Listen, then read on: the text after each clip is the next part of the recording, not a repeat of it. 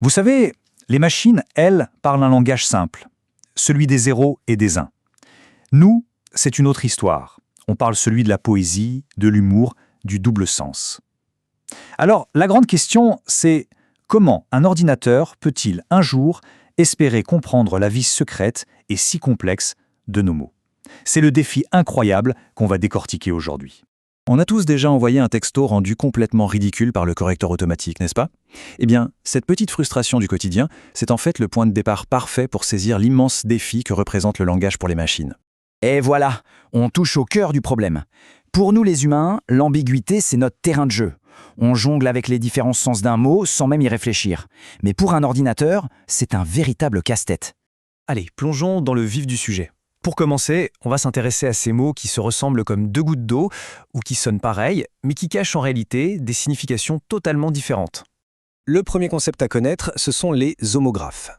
C'est assez simple à comprendre, même mot, même orthographe, mais des sens qui, parfois, n'ont absolument rien à voir l'un avec l'autre. Prenons un mot comme « banque ». Ça peut être la banque où on dépose son argent, ou alors la banque d'une rivière, donc le bord du cours d'eau.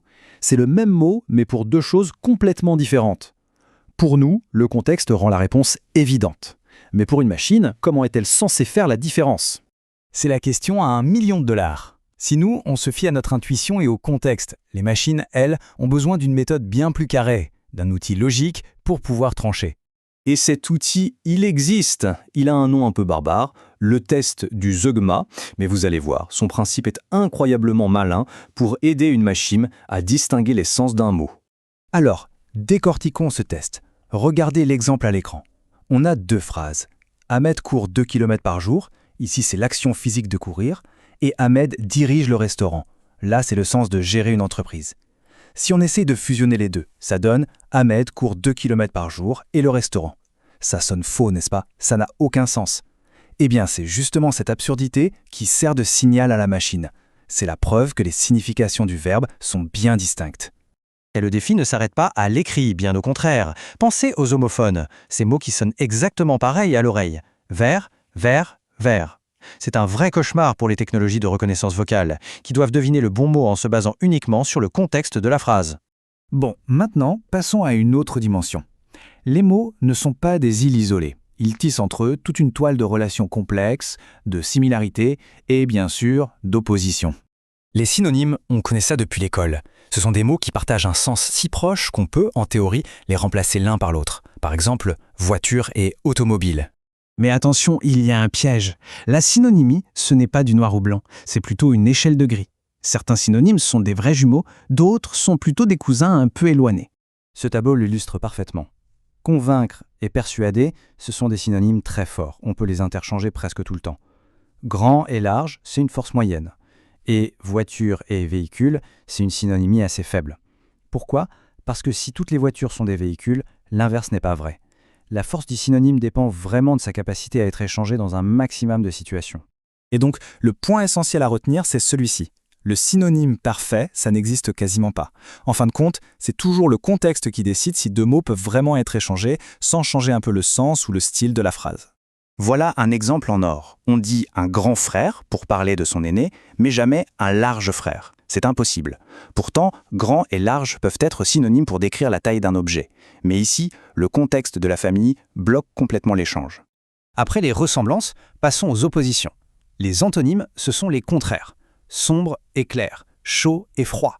Le concept a l'air simple, mais là aussi, il y a une petite subtilité. Reprenons notre mot « grand ». Son contraire va complètement dépendre de ce dont on parle. L'opposé d'un grand bâtiment, c'est un petit bâtiment, logique. Mais l'opposé d'un grand frère, ce n'est pas un petit frère au sens de la taille, mais au sens de l'âge. Donc, même l'idée de contraire n'est jamais absolue. On peut aller encore plus loin et imaginer une sorte d'hiérarchie entre les mots. Pensez-y un peu comme un arbre généalogique.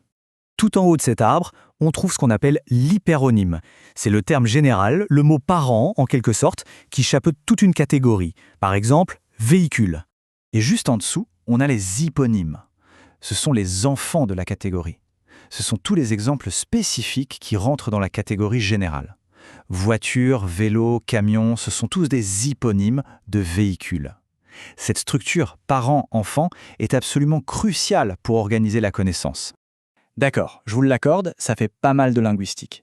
Mais la vraie question, c'est à quoi ça sert concrètement?